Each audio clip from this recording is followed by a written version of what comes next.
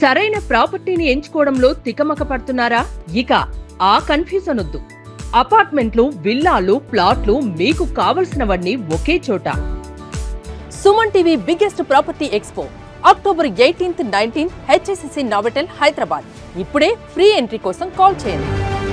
వెంకటేష్ గారి కాంబినేషన్లో నాన్న చెప్పింది ఏంటంటే, ఈ ఒక సినిమా వచ్చింది చూడండి, పవన్ కళ్యాణ్ గారు వెంకటేష్ గారు, మా నాన్న కూడా జడ్జిగా చేశారు అందులో, గోపాల. అప్పుడు వెంకటేష్ గారు, అప్పుడు ఏంటంటే వెంకటేష్ గారు ఫస్ట్ సినిమాలో మా నాన్న యాక్ట్ చేశారు కదా, కలియుగ పాండవులు అందులో. అప్పుడు హీజ్ అ న్యూ కమర్. ఇప్పుడు నేను ఎలా న్యూ కమరో ఆయన న్యూ కమర్. సో అదే నాన్నతో చెప్పినప్పుడు 2015లో చనిపోకముందు అప్పుడు చెప్పారు, వెంకటేష్ని కలిసాను, వెంకటేష్ అడిగాడు ఇలాగా, ఇప్పుడు నేను యాక్టింగ్ బాగా చేస్తున్నా సార్, డైలాగ్ డెలివరీ ఎలా ఉంది చెప్పండి అంటే, గుడ్ వెరీ గుడ్ అని చెప్పాను.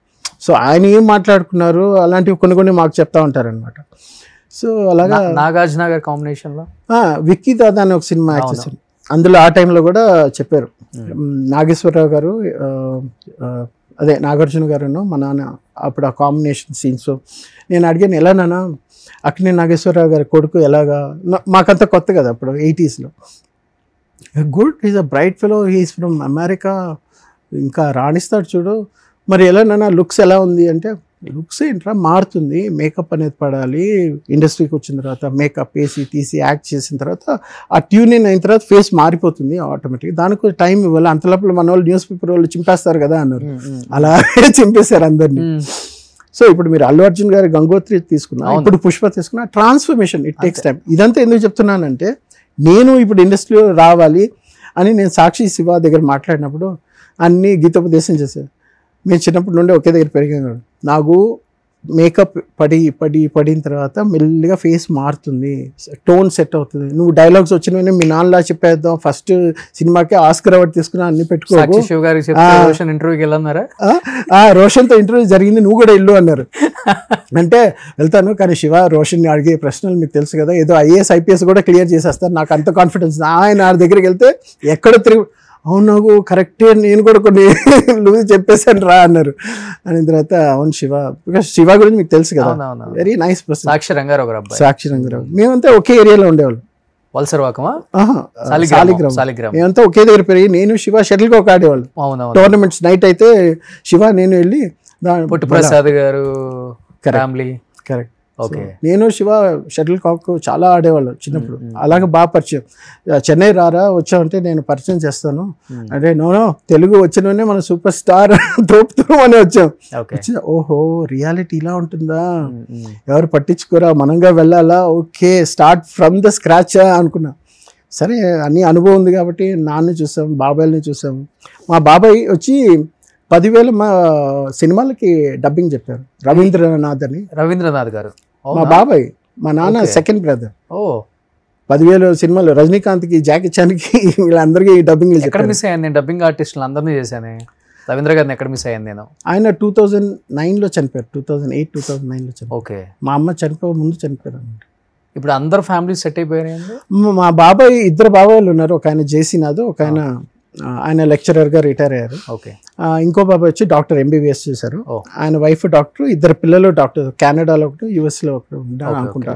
నాన్న అందరినీ బానే చూసుకున్నారు, ఫుల్ గా చేయరు కదా, కొంచెం హెల్ప్ చేస్తారు. అదే ఇనిషియల్ గా ఇప్పుడు మా బాబాయ్ డాక్టర్ బాబాయ్ MBBS చదివే టైంలో ఇంటికి వచ్చి టవల్ కట్టుకుని పడుకునేవాడు. ఆయన తినడం పడుకోవడం లేజీగా ఉండేవాడు ఆయన.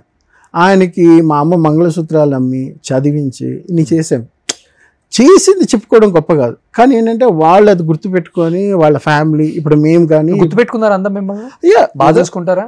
That's okay. ఫైనాన్షియల్ గా కొంచెం మీరు డౌన్ అయినప్పుడు దట్స్ ఓకే. ఇప్పుడు మా ఆవిడ చనిపోయినప్పుడు కొంచెం మేమందరం ఉన్నాము, మేము చూసుకుంటాము.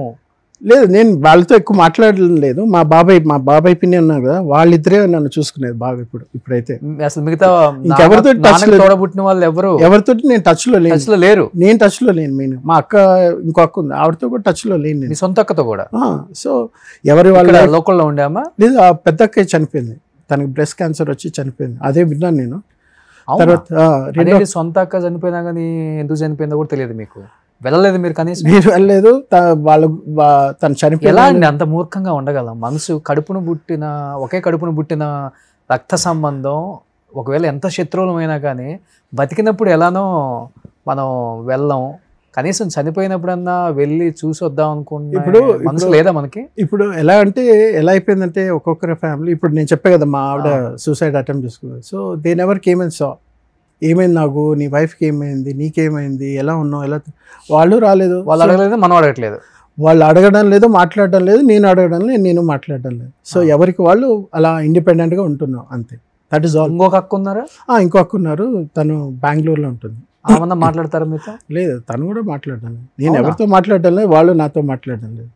So it's been like that. ఇప్పుడు మీరు ఒంటరి, మీరు మీ కొడుకు ఇద్దరే.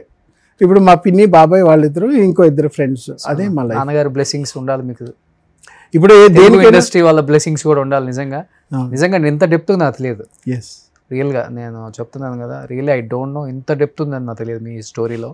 నేను ఏదో చాలా ఫస్ట్లో చెప్పిన స్టోరీ నాన్న ఎట్లా చనిపోయారు ఏంటో అనుకున్నా, కానీ ఈవెన్ మీ లైఫ్లో కూడా, బతికున్న వాళ్ళ లైఫ్లలో కూడా సొంత రక్త సంబంధికులు చనిపోయినా కానీ మీరు వెళ్ళరు, మీ ఫ్యామిలీలో మీ వైఫ్ చనిపోతే వాళ్ళు రారు, ఇప్పుడు ఇంకొక అక్క ఉంటే మీకు సంబంధం లేదు, ఓన్లీ ఒక బిడ్డను పెట్టుకొని మీరు బతుకుతున్నారు అంతే. సో అందుకని ఇప్పుడు ఏంటంటే జీవితంలో మళ్ళీ ఏదో చేయాలి, సాధించాలి, ఆ కొడుకు కోసం బ్రతకాలి. ఏమైనా ఇప్పుడు ఫ్రెండ్స్ హెల్ప్ చేస్తారు, వాళ్ళు ఏమైనా అప్పులు ఉంటే వాళ్ళు అవి తీర్చుకోవాలి. మళ్ళీ struggle he's started, but it's coming at a very late age. But ఏదైనా చేసుకొని బయటపడితే బాగుంటుంది. వీ హ్యావ్ టు సీ, అది లైఫ్. గ్రేట్ అండి, నిజం. నాన్న ధైర్యం మీకు వచ్చిందేమో ఆబ్వియస్లీ. ఇప్పుడు ఆయన క్యారెక్టర్, ఆయన బిహేవియరే వస్తుంది కదా, ఇంకేం వస్తుంది. సో ఎవరిని ఏం ఆడకూడదు, ఏం చేయకూడదు, మన సెల్ఫ్ రెస్పెక్ట్ అనేది చాలా ఇంపార్టెంట్ అనేదే ఉంటాం. ఎవరైనా హెల్ప్ చేస్తున్నారు, ఏమైనా చేస్తున్నారు అంటే ఇట్స్ ఫైన్. కానీ ఏంటంటే ఇప్పుడు ఈ ఇంటర్వ్యూలో మెయిన్ చెప్పాల్సింది ఏంటంటే clarification of what happened with my father. ఆయన ఎలాంటి మనిషి, ఆయనతో పాటు మా జర్నీ ఏంటి, నా జర్నీ ఏంటి అనేదే ఇంపార్టెంట్. మిగతా వాళ్ళ జర్నీ ఏంటి నాకు తెలియదు, నేనేం చెప్పలేను. Okay, so that is there.